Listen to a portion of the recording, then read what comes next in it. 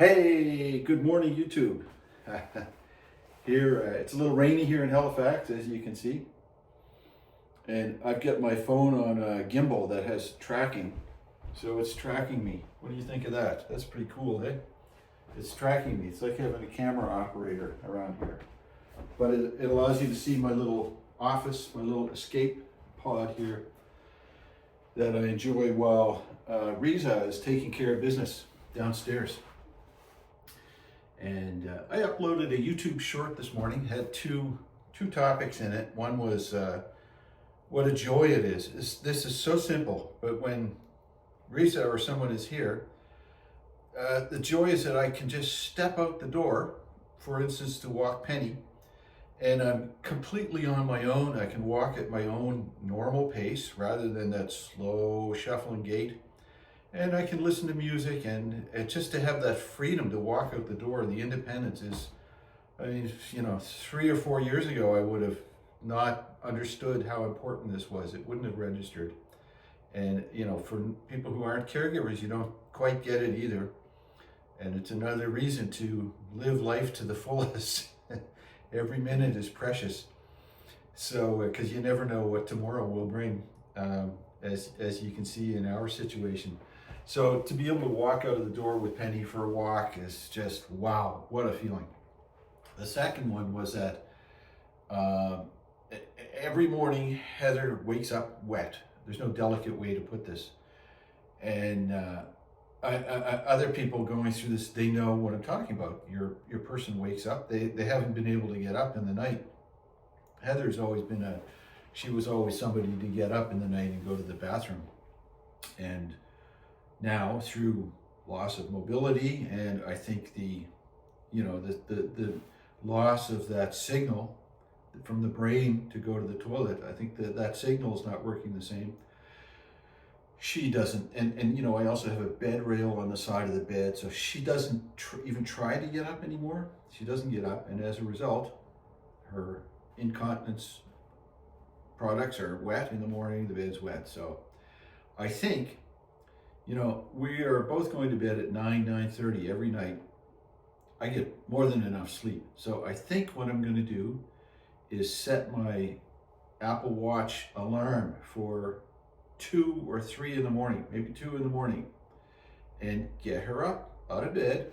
The slow process, get her up out of bed, get her into the bathroom, see if she will have a pee, and then get her back to bed. And maybe that means that every morning she will wake up dry and will be able to sleep a little longer, and the morning will just be more comfortable, because it must be uncomfortable to be laying in wet underwear and clothing. So that's my plan. Maybe it's nutty, I don't know, maybe it's a stupid idea, but I'm going to give it a try anyways. So there's that. Okay, look, a few people over the period that I've been releasing videos, they wondered what Heather and I did for a living. Curious, I've got these van skills. People have asked, well, were you a carpenter or a contractor or something like that, or a healthcare worker or so on. So I'll give a little story here. I'll tell what we did. Heather was, she graduated from university with a Bachelor of Science in Psychology in 1982, maybe 1981. And she worked for a professor at the local university, Dalhousie University, in the psychology lab. And they did experiments. They were gathering data to understand strabismus in children, or lazy eye in children. And they were trying to find different ways to treat that, different cures, surgical and other cures. So he was just gathering data, and they used cats for this, teaching cats to jump down, covering one eye. Heather has a research paper where she developed a neoprene hood with a way to occlude a kitten's eye, and then the kitten would be trained to jump down on a checkerboard pattern. Anyways, very interesting stuff, but a job is a job, and it was all indoors in laboratory settings and chemicals around, and she decided she needed a change. And it was also because she was a research assistant. it was sort of ceilinged out. It was a dead end job. So she decided she needed a change. So she signed up at the what we call Allied Health here, and she studied for 2 years, I think it was, a lot of study, to become a respiratory therapist. And she actually got a license. She became a licensed respiratory therapist in, I would say, 1985 or something, somewhere around there. It all fits. And then she went to work at the local children's hospital, the Isaac Walton Killam Hospital, sick women and children, I think. Anyways, the children's hospital, the IWK Children's Hospital. And there she worked in the respiratory therapy department, obviously. And she worked in the pediatric intensive care unit and the neonatal intensive care unit. For a while, she was, I think, an anesthesia assistant in the operating room. And she also worked on what we call STARS, and it's the air ambulance service, where they would fly around the region here to other provinces, Prince Edward Island, New Brunswick, sometimes Toronto. So they did pickups of children from other hospitals, from smaller centers. And she did that for a number of years. That was pretty intense. And she made some good friends along the way. A couple of them stay in touch now, and one of them comes every third week. Celie comes and helps out. And so she enjoyed her job. She also did some technical work for a while. She was the equipment manager, I think it is, where she made sure all the breathing circuits and breathing machines were all working and serviced. And she enjoyed that because she's very particular with methodologies and checklists, and she was perfectly suited to that position. And she's very introverted, so it was kind of a quiet corner of the facility there. And so she enjoyed that, and she worked her career and retired after 30 years at age 56, I think it was. And she had 4 good years. 4 years before this started, and even after it started, we still had good times. We had good time. And I mean, she's obviously not doing well, but she's not upset or not sad. So is it still good times? I don't know what to say. Okay, so that was Heather. And Heather was a mother. Obviously, our daughter was born in 1990, son born in 1992. She was such a great mother. She loved those kids, took care of all of their needs without ever getting upset. Neither one of us ever really even raised our voices with the kids. And they were great. So she had a lot of fun. She did the Halloween thing and all the holidays, and fantastic mother and a really perfect wife as well. Really, really great wife. She, I like a lot of guys, I used to drink a bit and complain about work and stuff like that. And she always just rolled with it. She never got worked up. Never got angry or upset with anything, and used to laugh. We'd have fun. Oh, we go camping, and we used to do hiking and canoeing and backcountry camping, and then in later years we had a camper van and a trailer and a cottage that we worked together to turn into a beautiful little rustic spot. We did trips together. We went to Europe and the Caribbean and Mexico, and we had so many adventures. It was just wonderful. So that's a little I think I've covered a lot of bases there, and maybe questions that some of you have asked. Okay, what did I do? Well, I had a kind of a circuitous career path over the years. I went to the Nova Scotia Land Survey Institute, and I took a diploma in property mapping, which was to convert our land registry system from a paper-based system to an electronic system. That's what I was taught, how to do the various tasks involved in that. A lot of mapping and a lot of field work, doing survey field work as well.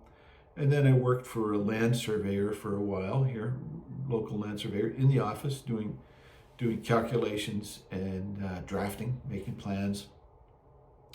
And then I went to university after that, and I took 1 year of a Bachelor of Arts degree, and I hated it. I was so awkward, and I had some social phobias, and it just didn't fit at all. It didn't work. So I eventually found my way to doing contract drafting because I loved pen and ink drafting. We were using pen and ink at the time. Kohinoor pens and Leroy letter sets, and some of you will recognize that letter set. So I did some contract work here for a graphic designer and a lot of work for the local Bedford Institute of Oceanography. So I drew a lot of maps and charts and graphs and illustrations.